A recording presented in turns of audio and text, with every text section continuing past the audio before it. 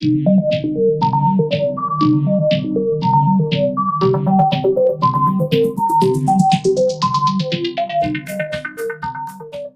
so boss, welcome once again to Topbase. Thank you so Yeah, much. because It's a privilege. yeah, most welcome. So we have been thinking, many stuff out there are average. Like we have a lot of average stuff, a lot of average work that's being put out there. So now we're thinking to say, what if we can bring something to people that's going to take the base at the top? So that's why we thought of having a name, which means Topbase. And so actually, Topbase is simply a platform where we just bring great minds, great people that are doing great stuff, and we just like have a general conversation about life and something interesting and a few interesting questions at the end, of course. So I'm just curious to hear your opinion of how you feel to be here. I feel good, and I think we should change careers and positions because that's really creative. If you thought of that name Topbase, that's like a rapper's line. I'm actually thinking of writing a song, then I'll write one. You should. I'm happy to be here, honestly. No, that's really great because I was thinking to say we actually scheduled it to happen the previous weekend. Unfortunately, things didn't work out, and despite your busy schedule, you like spread time to come here, and that's like really, that means a lot. Like literally, I'm really grateful. So you've been here in Moscow. Like what has really changed about you? Has it affected your life personally? You mean in comparison to my life in Zambia? Yeah, comparison to your life in Zambia. A lot.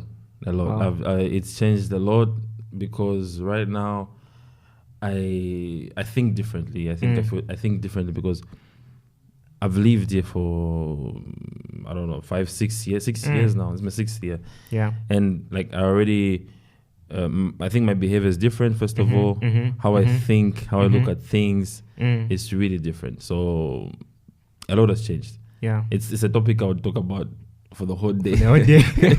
I can imagine. So like what really happened? Like you were like, I'm sure you were in secondary school. Yeah. After that you finished your secondary school. What was in your head? Did you have this dream to say, when I finish my grade 12, I will simply go to Russia? Did you have a list of like schools I want to go to, Moscow or whatever, or it just happened abruptly? How did you find yourself here?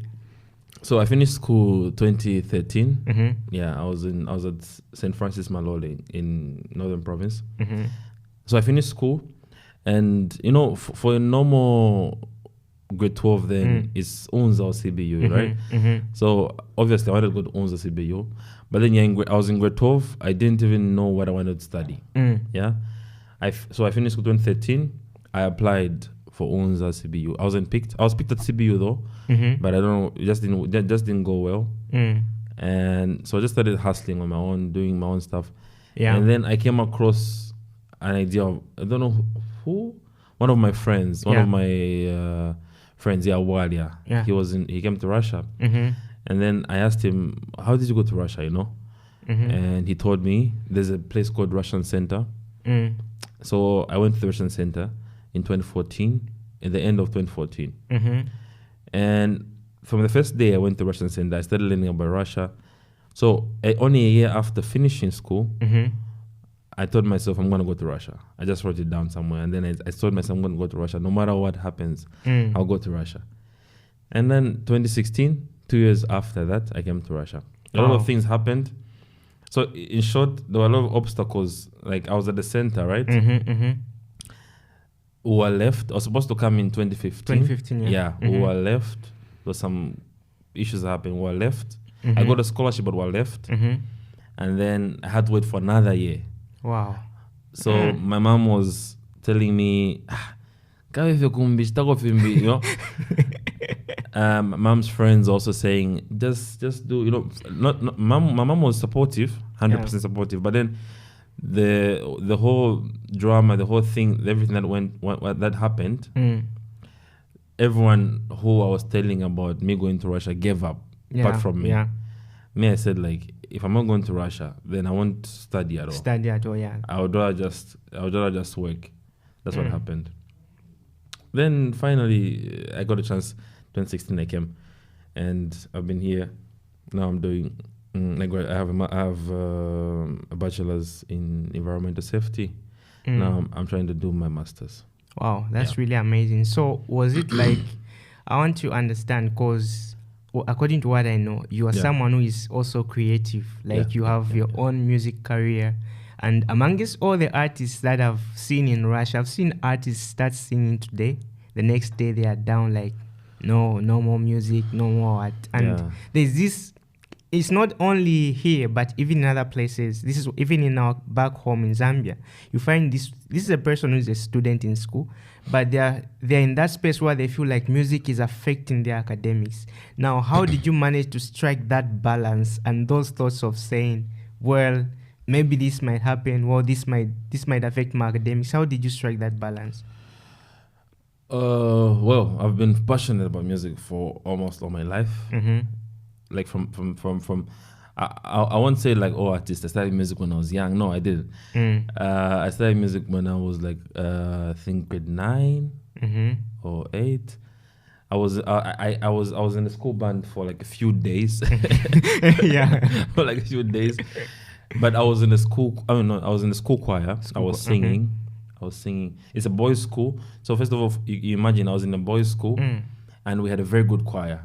That means we had all voices. So if you heard us sing, you would think there's some girls there. Yeah. And funny enough, I was singing alto. It's a kind of like a girl's voice. Yeah. I was singing there, grade 9, grade 10. We went to competitions, and then after that, I went on a like church choir. Yeah. So it's something that's really part of me. I feel like if something is part of you, there's nothing else that can disturb. Or you cannot, if it's part of you, like we drink water every day. We drink water every day. We need to drink water every day. We live on water. That's how I feel about music. So even if I'm studying, even if whatever I'm doing, I still have to do music. That's how it's been in my life, because of the experiences I've had. So it never really disturbs me in terms of focus to school. I still did my school. I still do my school. I still do my stuff, and I still do music. So now I've got one interesting question for you. So what do you think would you call this the right approach to life or the wrong approach to life, where people are feeling like, I'm too busy to do this, or I'm too busy to pursue maybe my creative lifestyle or my creative passions? Do you feel like there's the right time for someone to pursue their creative passions, or are you the kind of person who's like, I have to do it now?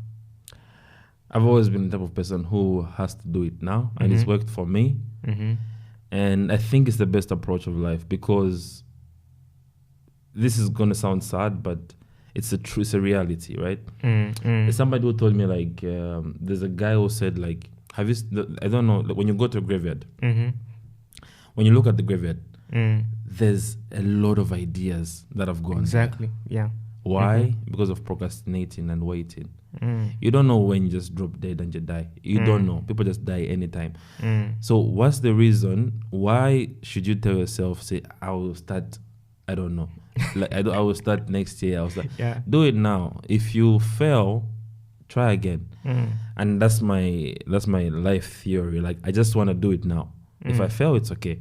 So I'm a creative. I'll do music. I'll do it now. If it doesn't work out, it's okay. I'll start selling water. Selling water. If it doesn't work, it's okay. So I'm a do it now person. Wow. And I have no regrets. Yeah. So like according to you personally, all this your education, your music, has there been someone, okay, just that one person whereby like, okay, this person inspires me? Because I'm sure there's something that moves you. Because I can be able to note out some project to say, okay, he's working on this, working on this. You are someone who is consistent. There are very few artists, like even in Zambia, that have dropped like very good videos. I've seen you do that, like you pull up a very interesting video with a lot of creative kind of features, and I'm wondering what was going on in his mind. So I'm wondering, like, is there anything like, okay, for me, what inspires me is this. or what I do, because I'm sure you do something. I don't know if I can say a practice, a mantra, or what are some of the habits or people that inspires you? People, so you're asking me people who inspire me, right? Yeah. People who inspire me the most, myself. Very interesting. Very interesting answer. Myself. I honestly, I don't know if it's an ego, but honestly, like sometimes I look in the mirror and say like, how do you do all this? Yeah. How do you do all this? But yeah, I think I get inspiration from myself a lot. Secondly, my mom. She's very special in my life because she's really smart. She gives me so much advice. And I always tell this story to people. Like, my mom is a teacher by profession. Yeah. Oh, yeah. She's only studied teaching and education. Yeah. But she's more than that because I studied environmental safety. Yeah. But when I was writing my, how do you say diploma in English? Dissertation. Dissertation. Yeah. When I was doing my dissertation, my degree dissertation. Yeah. She did half the job, and she has no idea. I mean, she never studied environmental safety, but I just said, therefore, can project. Okay, give me 1 week. I'll get back to you. She said, okay, all I did was just do what she said and put it in work, and then I did my dissertation. So she's one of the people who inspire me, apart from myself. I think I would really say that.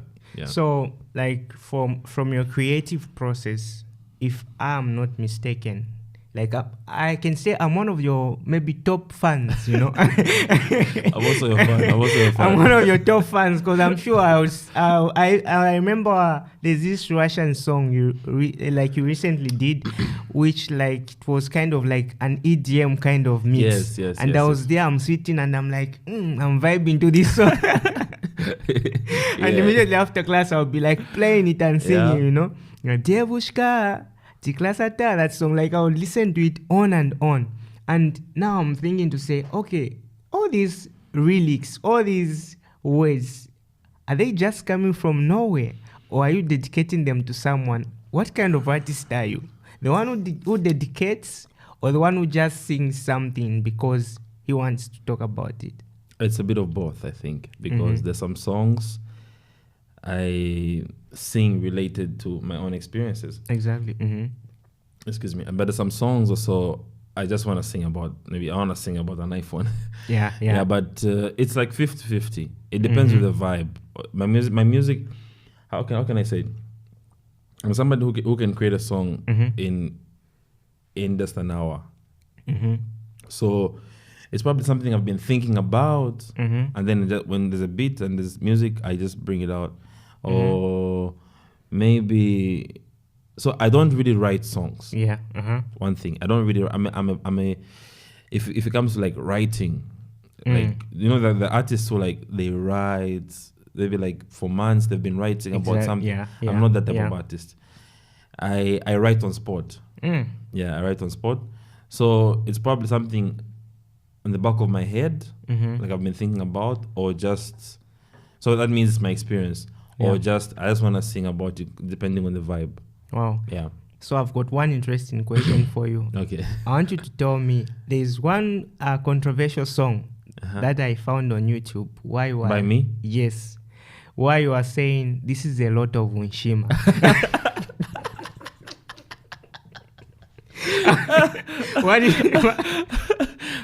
What inspired that song? I want to know what were you thinking first? My goodness, how is the Shima controversial? So when you said controversial, I was thinking like, by me, did they sing about Putin or something? No. That song. What happened? That song. Yeah. The backstory of that song. I was in second year in my hostel room, and I was cooking manka and shima, with carpenter and some beans. No. Yeah. And then I'm thinking, and then I'm looking at it. How am I going to finish this food? How am I going to finish this food? And then before cooking, I was like rehearsing on YouTube. Yeah. So there was a beat I liked. Yeah. So like, when you finish cooking and then you put the food, but there's a beat you're playing. Yeah. So when the beat was playing, I said, "Can I finish?" and then I asked one of my friends, Adrian, Malawian guy, is in Malawi now. Say, wait, I've made an idea. Let me make a song. Get a phone, take a video. Yeah. And so it was a freestyle talking about how much this shima is. How if I'll finish it, it was really big. It was really big. Yeah. And then everything was on point. Lyrics were coming. Everything was on point. It was a funny video. Yeah. It was basically a funny video, and I posted it on Facebook, and it blew up. Wow. Within like 2 days, it had like 5,000 views. And then my page was really small. Then I only had like 1,000 followers then. Then I even got like 400 more followers from that video. Wow. People were laughing, you're funny. So it was like a song I was just joking about. Then it kept on being shared. It right now I think it's got about maybe like 7,000 views. I mean, it's a small number, but for me it was big. It's still big. So when I was releasing my album, I had sent it to my audience, right? Yeah. Like, what type of songs would you want to listen? I finished my album, but then I wanted to put like maybe 4 more songs. So I said, like, guys, I have my album in 2 months. What songs do you want me to suggest? Yeah. Then not 1, not 2, like 5 people are like, if that song won't be in the album, we are not listening to it. Exactly. If the Lot of Shima won't be in the album, we won't listening to it. So I was forced to release it and put it. And then surprisingly, it's the 3rd most streamed song on my album. Wow. So people really like it. I even have one guy who told me, you should do a video for it. I can't imagine what type of video it would be. I'm also imagining, I'm sure I have to cook a lot of unshima, put it on the table. Yeah. So that's what happened about the lot of unshima, yeah. So like, according to how you have explained, it's like you are not, according to what I've seen as well, I see someone to sit down, start like planning what to write about and stuff like that. But that's a song whereby you didn't even sit down and start to think, to say, what am I going to write? No. It's a song that you derived from something that happened, like a scenario, and you wrote something down. Yeah. So according to you, your own analysis, do you think the most songs that are performing so well are those where you had to sit down, reflect and write? Or those that you like abruptly something happened and you like sang about it just like that? That's an interesting question. And it's as I said, I'm going to say it's a bit of both still, because there are some songs that I sat down for a month trying to work on, changing lyrics I don't like. Yeah. There are some songs that just there. Yeah. But I think it depends on the vibe. Just the vibe, the energy is the most important thing, because you can sit on a song for 1 year and release it. When it comes out, it will still be like trash. Yeah. You can release a song just now about water. It can be trash too. Yeah. Or it can be very good. So it's just the energy and the vibe. It doesn't matter how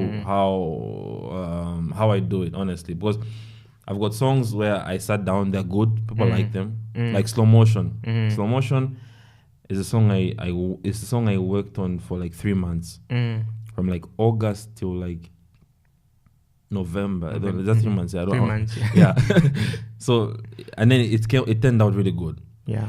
There's some songs like A Lot of Shima. Yeah. I made it in like a minute. It turned out good. People like it.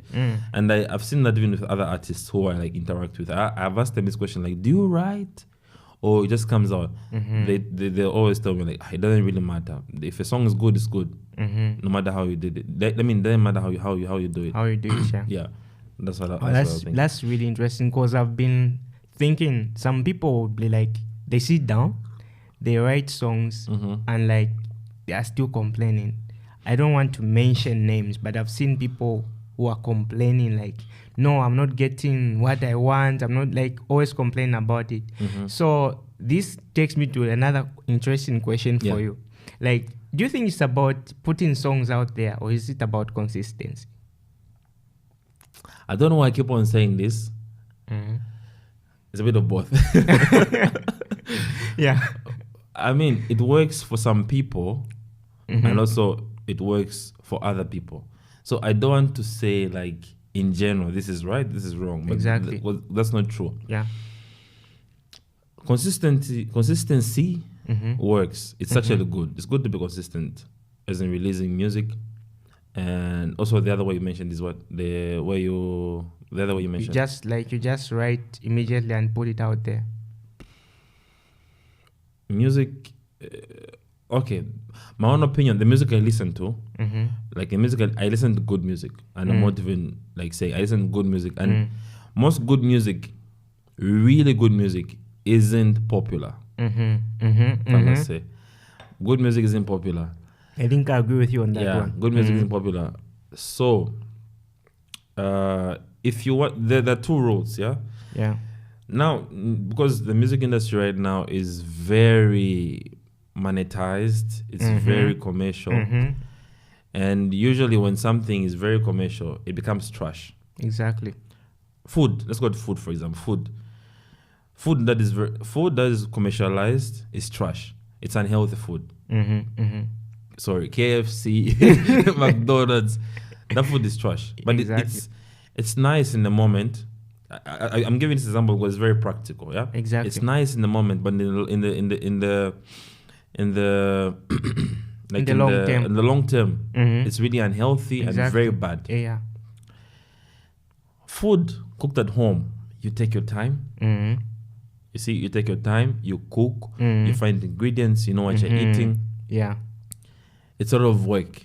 And a lot of work is really, I mean, I work so hard, but I don't like working. Working so hard is not like the best thing.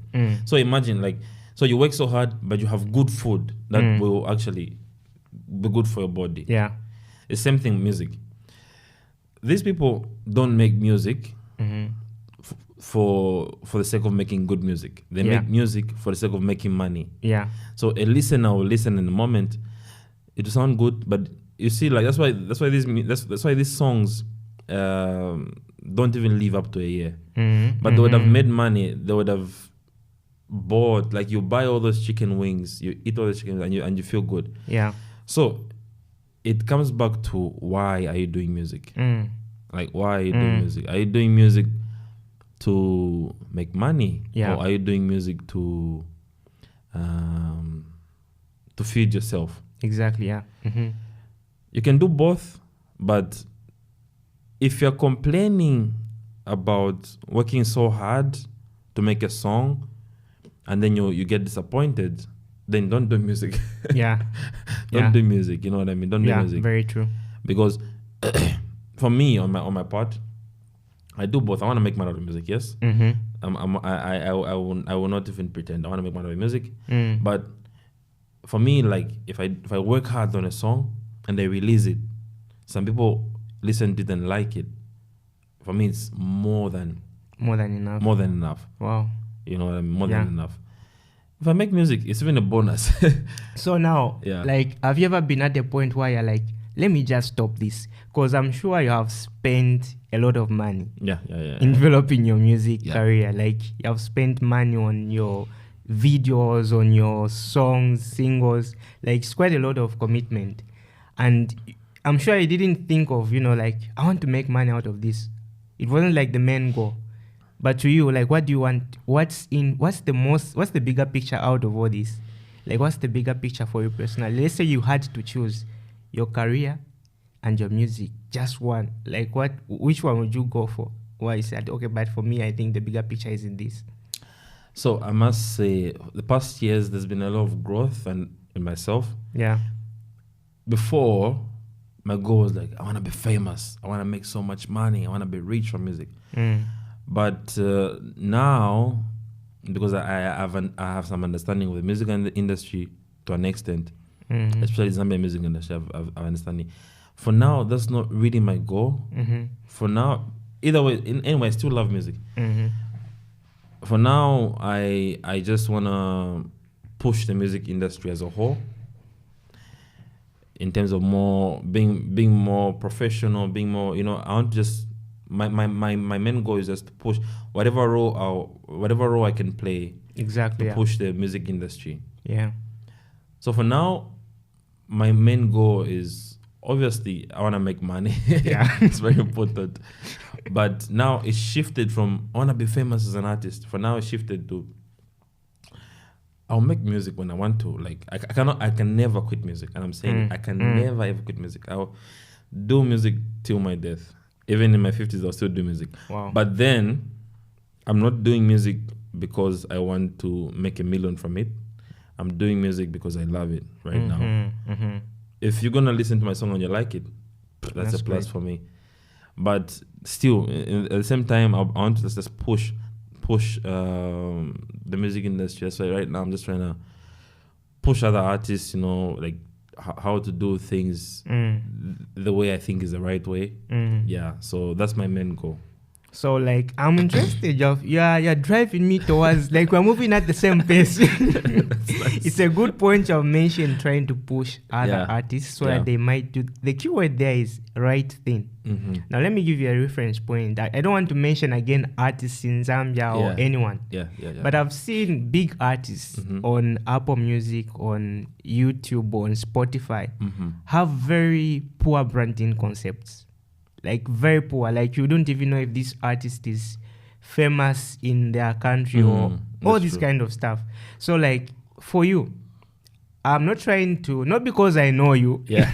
In case you're like, no, maybe he's saying this because he knows me. Yeah, and it's just something I've observed. Like at least you have tried by all means to brand yourself in a positive manner. Because I, for one, I like trying by all means at least to put something that is going to be valuable. But many times people just put out something out there for what it is. So you having experience, you have not just lived in Zambia, you have lived abroad, you have visited other places, and you have seen how things have to be done. And according to you, maybe I'm the one who is wrong.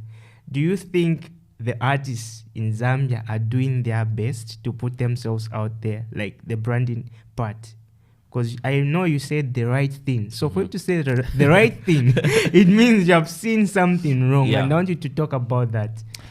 Well, I think they're doing their best according to the Zambian standard.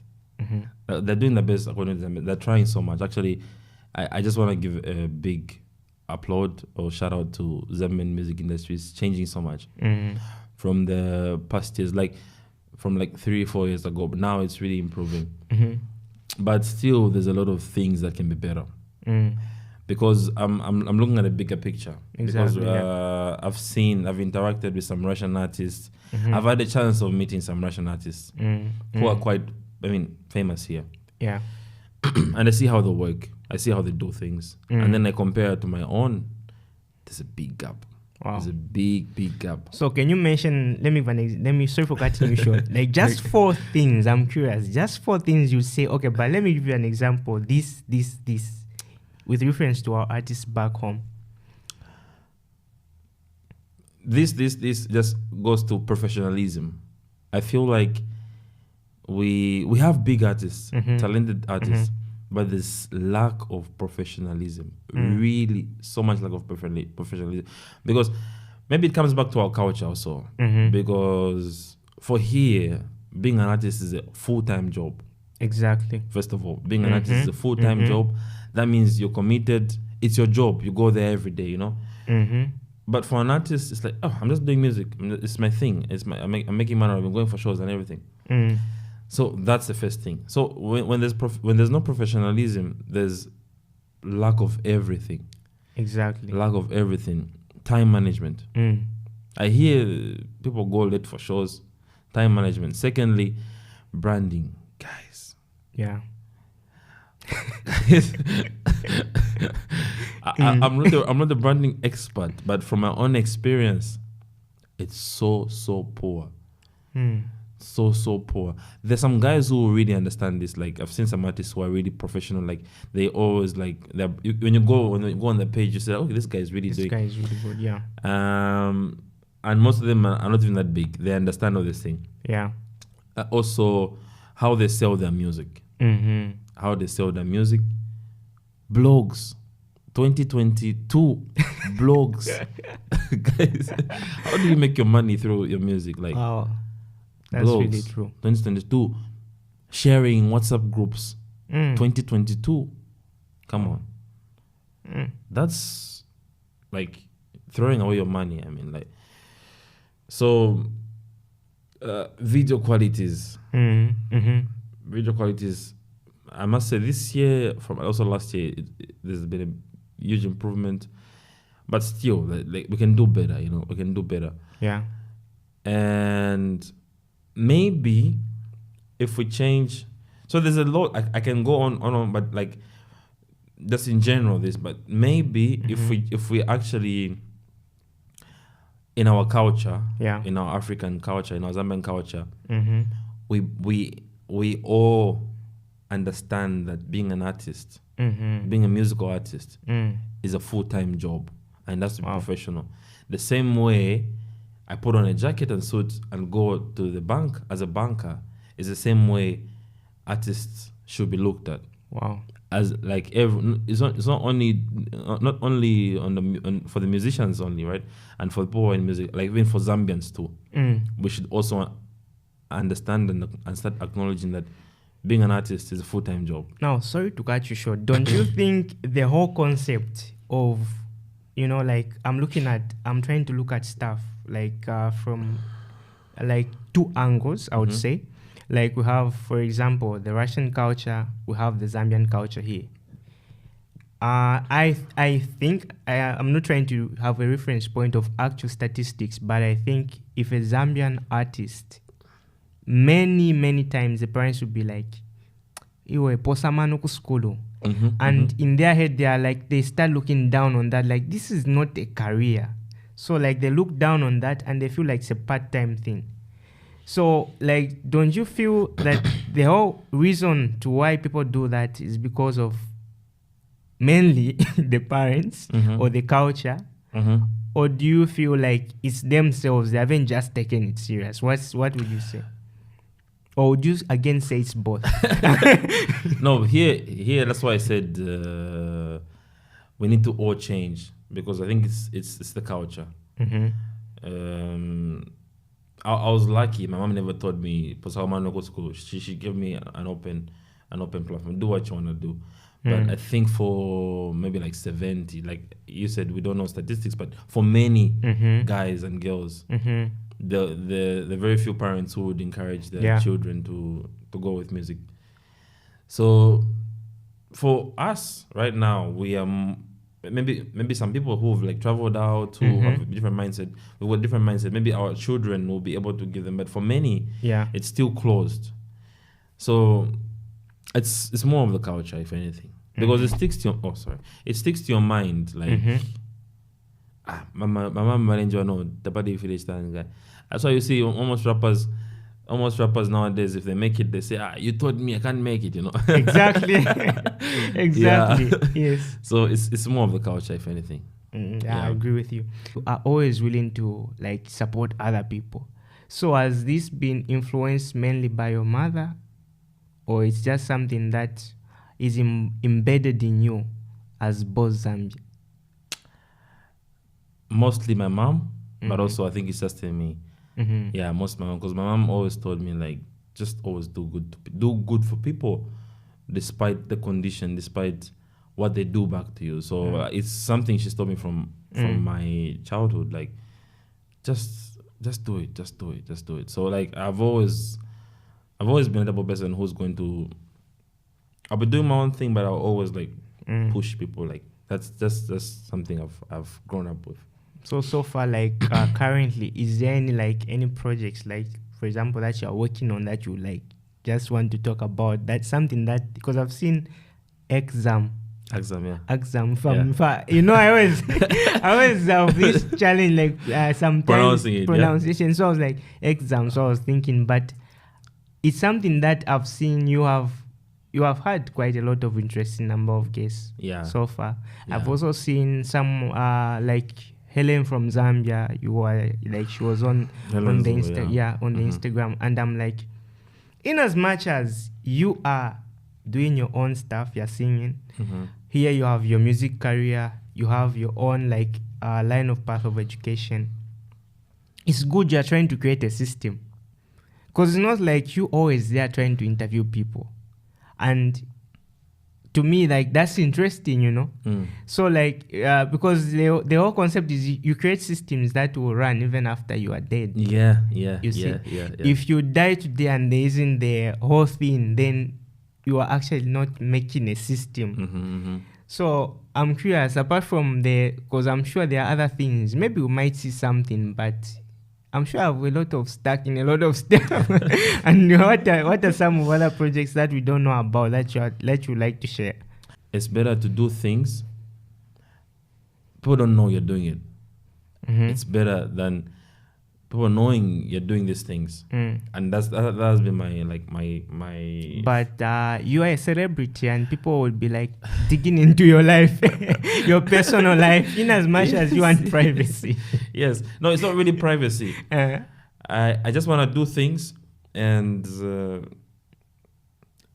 if it's really good things, I want to do things and they're done. Not like you did it. How can I put it? I'm like, I don't want, like, I really want,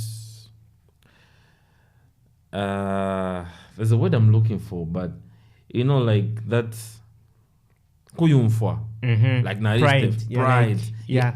How can I forget pride? I don't want too much Russian. Yes, I don't want pride to get over me, because when you're saying I'm doing this, pride comes naturally. So exactly. I just want to be as humble as I can. So for that, but I'll say some few things I'm doing. We have Axam. Axam is an organization, a community per se. That means a non-Zambian. So we're trying to sell Zambia financially, sports, all sorts of things, creative and stuff. So it's we're turning it into a brand, and also a community. Why I'm saying community is because it's not for me, it's not for the other guys, it's for Zambians and for everyone. Apart from Axam, I'm also kind of like mini managing some artists. I'm also we have like community projects where we like every month we visit. I'm very passionate about children. I'm very passionate about children. So children and children development. So we have monthly projects where we kind of like visit kids, especially underprivileged kids in community schools. We just do a little something for them, like we give them some gifts, we encourage them. We are all about productivity. We're trying to change the narrative, like we can do things on our own. So we just do you have any funders? No, we don't. We don't. So like how do you, like, I'm curious, like what's the concept of revenue generation according to you? For now, it's just from our pockets. Wow. Yeah, from now it's just from our pockets. And there are a few guys who just like support the dream. They send us 200 or something like that, just something. But most of it is from our pockets. Wow. Yeah. So now we have Boz Zambia. Yeah. You are right here on the center stage. You have a lot of fans. You have a lot of people that are looking up forward to you. Like, how's your personal life like? Are you someone who's single? Or are you dedicated to someone in a very serious relationship? Because like someone would be interested. I always look up to Boz. So like someone would be interested. Can you tell me about that? Such questions. There are a lot of women who are waiting for me to marry them. But I mean, like, honestly, like I said, I'm a bit of both. Because listen. Oh no. That was funny, yeah. Yeah, go ahead. There's Boz Zambia.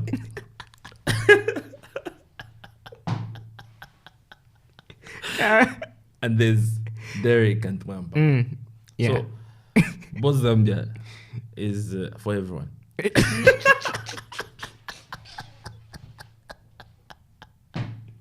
Oh my god. Yeah. Boz Zambia is for everyone. I know that guy is really public, you know. Yeah. He does all, Yeah. I mean, he's there, you know. Yeah, he's there. But then there is this other guy. This other guy, he doesn't even talk much. So, Yeah. you don't know if he's single or he's not. Wow. But I'm sure that answers the question. You are trying to. You have put me in a certain space in a corner, you know, because I've. Oh my god, it's difficult. It's difficult. Yeah. Yeah, but I kind of understand what you mean. I mean, like, if you obviously see the wedding pictures whenever time comes, then you understand. But for now, if you see even on passport, Baba single.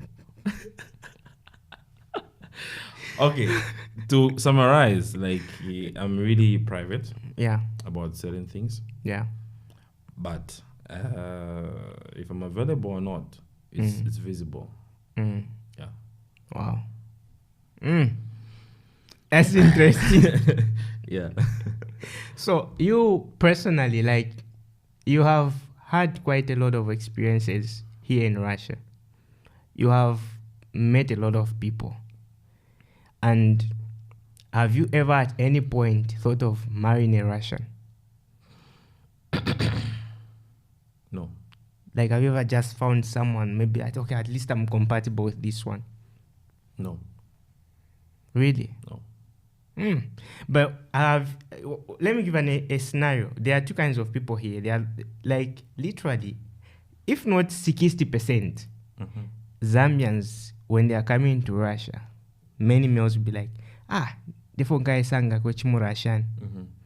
And this is like a thought that's in a lot of them. Do you think, according to you, I just want to hear your perception.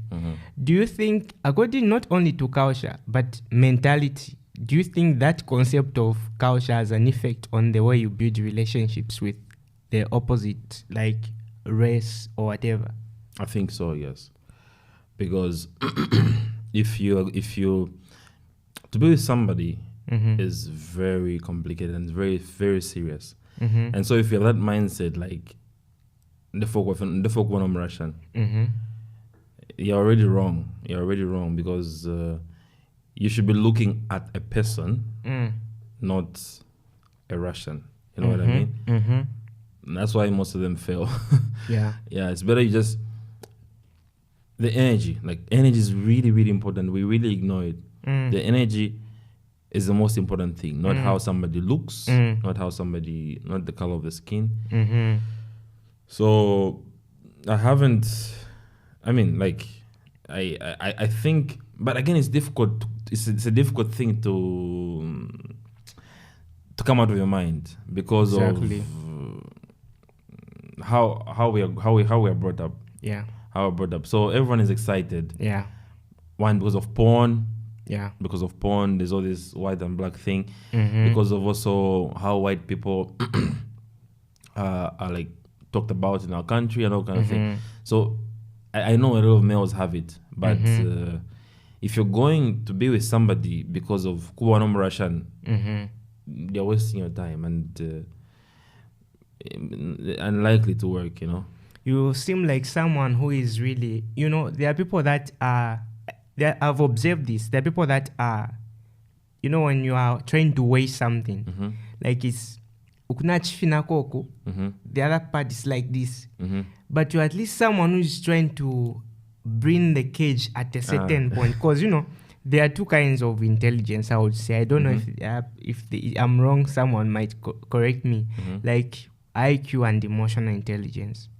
And I think you also have the part of emotional intelligence that you have developed, like emotionally as a person, because of the way you have explained that. People oftentimes would get into a relationship with someone not because of the person. They don't even focus on the energies. If it's girls, maybe because of money. For you, is a celebrity because of maybe it's Boz Zambia. So that maybe she may take a selfie, put it on Instagram. I was with Boz Zambia, chilling, that kind of stuff. So are you basically, would you call yourself an emotional person? Or someone who is, because there are those people like, I hide my emotions, or you are kind of an emotional person? I'm not kind of. I'm very, very emotional. Yeah. Very, very emotional. Like emotions actually get me. I'm very, very emotional. And I don't even hide my emotions. That's why. And I think they keep me going, if anything. Wait, sorry to cut you short. Did you actually say, I saw this somewhere, if not a post or on your status? I just want you to talk about this. Do you cry every month, as you said? That was exaggerating, but I do cry. I do cry maybe... I cannot say every month, but I cry often. I think in a year I can cry like 6 times. Yeah, but I am very emotional. And it's the thing. It's the only thing that keeps me going, if anything. Oh. Yeah. And are you the kind of person who writes good music when they're emotional? Or the kind of person who is like, when you're emotional, you don't even want to write? Because some artists will be like, I like to write music when I'm sad. Someone might say that. Are you also in a good space when you're emotional? Or what's your routine when you're emotional? In short, what's like your routine? Is it writing music? Or do you maybe take a glass of whiskey? Or, or like, what's your routine? I write music whenever it feels like. So I've written music when I'm sad. So like I have no routine when I'm emotional. I let my emotions like go, So the thing I do is I just reflect. I ask myself, why am I sad? I cry, and I try to understand the reason why I'm low. And I just try to find positivity. Maybe call my mom, call my family, drink some whiskey. Yeah. And then it's gone. That's what I do. So there's no like I do this. It's not like I do this depending on the day. But the main thing I do is I try to understand why I'm feeling that way. Yeah. And do you like talking like about stuff with people? Or you're an introvert? Would you consider yourself that kind of a person? Or would you say, no, actually I'm an extrovert? Or would you say I'm both? This is a weird thing. I always tell this to my friends. I feel like I've got so many personalities in me. There's a part of me that is very introvert, and also there's a part of me that is very extrovert, and both of them are very extreme. So there's some situations that I keep to myself, and some situations that I say a lot. Like I can go extend of even going live and saying it, Yeah. You see, sometimes I just go on my status and I'll just say everything. And to other people to look like this guy is sharing so much, but that's like part of me where I share so much, and there's a part of me where I don't even share anything at all. So many times I do share what I'm going through, and it helps me. Many times I keep things, and it also helps me. Now, there are some very interesting posters who I don't want to refer to them or mention what they are about, but quite some sensitive stuff. Like, how do you gather that confidence of just posting something? Because there's something interesting that I read, which was kind of sensitive, but you are not afraid to speak your mind, And for me, like in our current time especially, I really respect someone who is able to speak their mind despite what's happening, despite what people, because naturally speaking, I would say a lot of us Zambians are intimidated. We are not doing stuff because we are afraid. You would walk around Moscow, Russia, you won't find a Zambian doing business with a shop, but you find Nigerians. And you have that kind of concept of confidence. How did you develop that? Oh, it took a long time. Actually, when I was young, I was very shy. I was very shy. I couldn't say a word. I couldn't even say hi to a girl. I was very shy. But when I went to boarding school, I don't know, just like I started I just started growing confidence, and I became very, very confident. The different situations that just made me confident. Like, it's either I become confident or I stay weak. You know, because being unconfident is some sort of weakness. You know, so I realized when I was young, I was kind of like bullied. I was bullied because I was like chubby and fat when I was young, you know. Yeah. And then everyone like passed negative comments because you're just quiet, you don't say anything. Then I said, I don't want to be like this for the rest of my life. I don't want anybody to have a word, anybody to say something about me, anybody to feel like they have authority over me. Yeah. I don't want anybody to control me. I'm going to be confident. I chose to be confident, and I started working on it. It's been years. And I am confident. To somebody, to some people, I'm very confident. But to myself, I'm still, there's still more. Like I still need to improve something. So how I did it, I can explain, but it's very long. But I just chose to be. Wow. Because I was tired of being intimidated. Because, like, literally speaking, confidence is one of their, it's like diamond in our current time. It's really rare. Yeah. And you find that, let me give an example of ladies. Someone will be like, I want to be like this person, I want to have a man like this, or I want to be like, but if you look at themselves, they see confidence in someone. Even a guy, same thing, should want a certain girl to maybe portray themselves in a certain kind of way, but they are themselves, they are not confident. They are not having that self-esteem. Yeah, self-esteem whereby you love yourself. And it's impressive because I asked you to say who inspires you. At least you put yourself first to say, I think I first, you know what I mean, right? Yeah. And that's a very interesting part that I've observed also, because many people want to get their confidence from people. Yeah. Or that kind of affiliation to someone whereby you feel like, this person can help me do it. And that self-esteem, like, automatically it goes. So I ask this question because it's something that I've seen in not only guys, but also especially in ladies. If it's African ladies, it's like very, very severe in some way.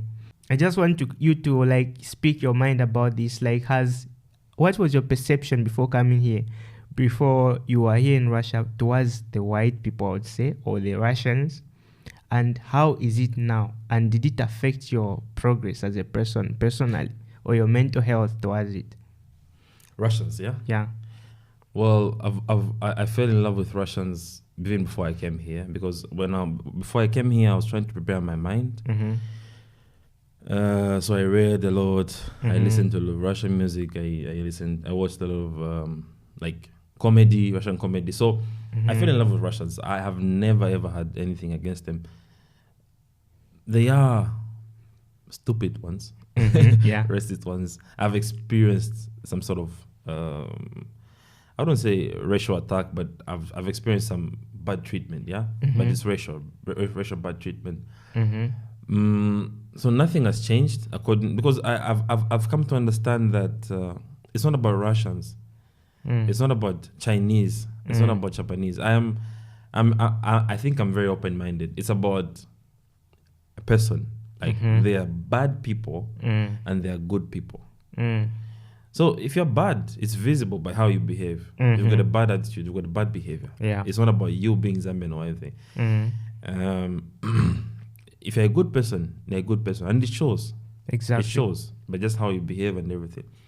So my opinion towards Russians, I think they're nice people. If anything, if I am to compare how many in my life, my own life, if I'm to compare the nicest people I've met, let's say I have met 100 nice people, right?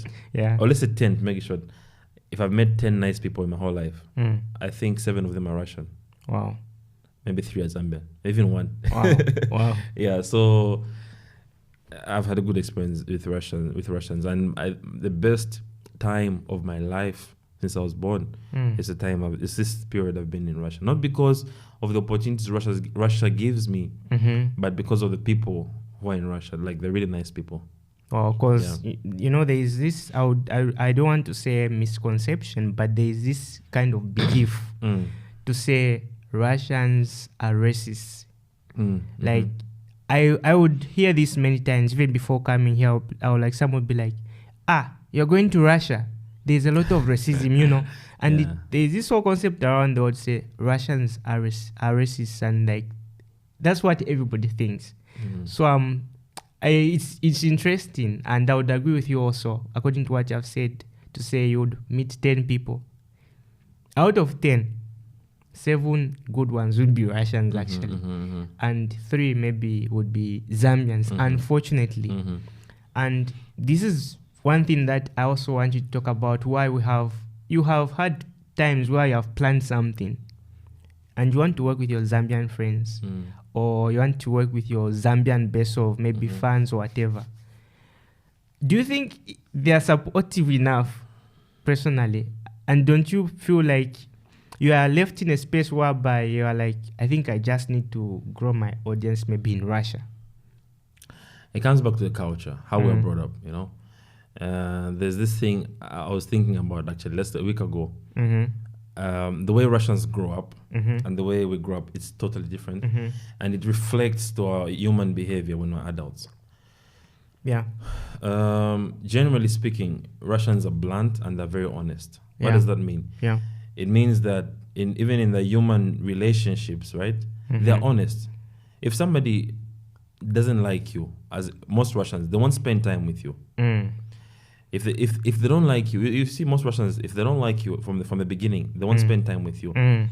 That's why very rarely you can find yourself spending time with a Russian who is fake. It's very rare. But for our culture, maybe because we grow up community, like we are all kind of like so there's a lot of dishonesty. You can be spending time with somebody who you hate. Exactly. You can spend time with somebody who you hate. That's why it reflects like, that's why I find like maybe even your own sister, even your own brother, even your own family members, you spend time with them, you grow up together like that, but you don't like each other. Yeah. But for Russians, or maybe like white people, for Russians, my own experience, you'll see like, that guy didn't like me, and it will show. Yes. That's the difference I've noticed, first of all. So there's more honesty. Why would you want to even be around somebody who doesn't like you? Why would you even want to even interact with somebody who doesn't like you? So they grow up with this. They grow up, even kids in school. I'm around kids. I see like these guys don't like. It's visible. Yeah. And so it's honest. Another thing, even the way they talk, even in Russian language, the way they talk, they will tell you point blank. Like when you do, that's why most of my honesty has come from Russian culture. They will tell you, like if they will tell you. But for Zambians, we are really, really, really fake. We can be really, really fake. I've noticed this even most female relationships, like Zambian female relationships. I've seen a lot of. I just see like, oh my god, it's really sad. But I think it's just our culture. Wow. That really makes us to be like this. So I'm sure you have a very interesting concept when you say, in fact you said when we see that you are getting married or you have someone, the way you would raise your children, I'm sure it's kind of different from what we see back home. Yes. Because I'm sure you have, at least you are in a space, because it's good when someone compares both. Then someone comes to me and says, no, this is the right stuff, but they haven't really actually tried the other stuff. But you have seen both cultures. You have seen our culture, which is not which is not bad. You have also seen the Russian culture, which is also not like perfect, but something to learn from. Yes. And it puts you in a space where but at least you have this a benchmark where you can put the two together and bring something out. Unlike when someone simply says, I can't support me, I don't buy or I don't listen to Zambian music. I only listen to maybe Beyonce, and sad as it may sound, people feel this to be like luxurious.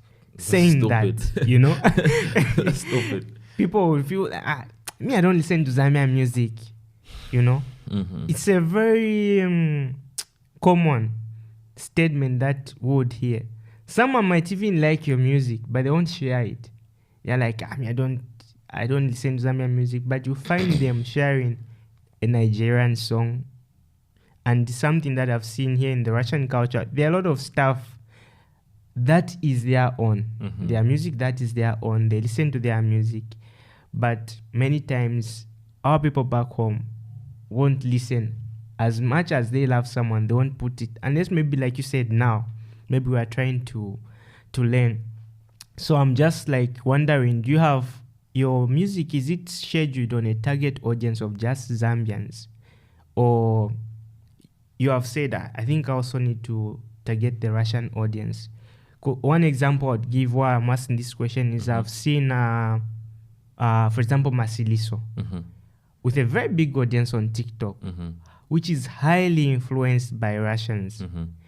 And I believe that kind of audience isn't as big as it might be if she was doing that in Zambia. Like if we had to weigh the two. So have you at any point said, I think I'll create an audience here in Russia? Or has the music that you've been putting out, has it been just focused mainly broadly on just Zambians, or just you have put it to say, I think I'll put this for anyone who wants to be my fan, who wants to follow me? I mean, Marceliso is doing a good job. I'm a huge fan of Marceliso.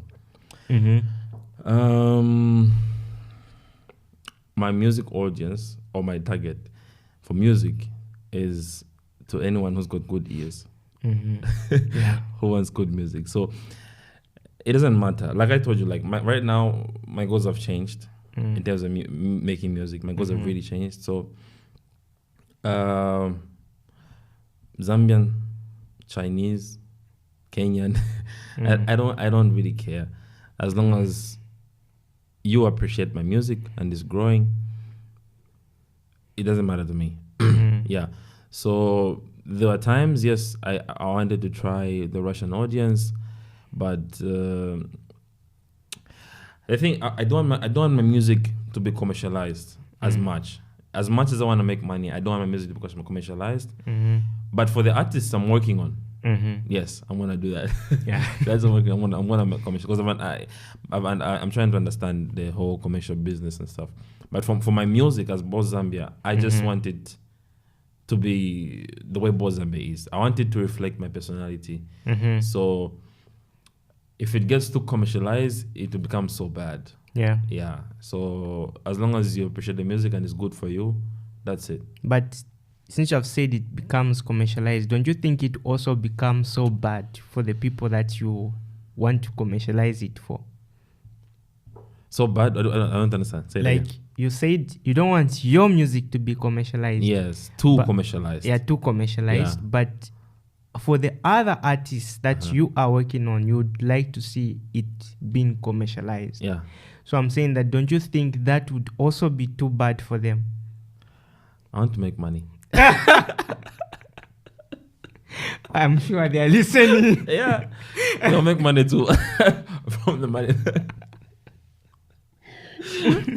Yeah. I mean, like, because them right now, what's important for them is to get hearing. And the only way you can get hearing is by commercializing the music. So for me, I don't want that anymore. It's not something that pleases me anymore. Yeah. So now, like, I'm now interested to just hear your comments and conclusion on some changes, like, because I've also seen that, and it's painful, seeing people put out average. I don't want to mention again sites where this takes place, but you see people actually living pain. Like, you have artists that you are helping, but they would be paying money to put their music on these platforms and sites, and their music would be downloaded for free. Of quite right, there are some sites that I've heard of where you can upload your music and someone can buy, but they still download and have it on their phone, and they can still share. So, like, I'm curious to hear your whole concept, what you would like to change, you yourself, what you would like to change, because you have seen it. Instead of someone putting their music on Apple Music, on maybe Spotify, they all flock to these places because these places, these sites have, they are famous, but they are not helping the artists. So should it start with awareness of the artist, or should it start with Zambia itself maybe having their own kind of platform for musicians or for artists, which is, suitable for them? Maybe some don't understand Apple Music. Maybe currently in Zambia we don't have YouTube Music. Maybe we have Spotify. So, like, what would you say about this yourself personally? I think, like, it goes back to what I said earlier, right? And like you mentioned, like, awareness. That's very, very important. That's the key. I think we need more institutions. We need more companies, schools that will train people, right? Train people how to make money from music, how to do it the right way, and we need to find a way of blocking these people who are stealing from artists. Bloggers, block them. Just write articles.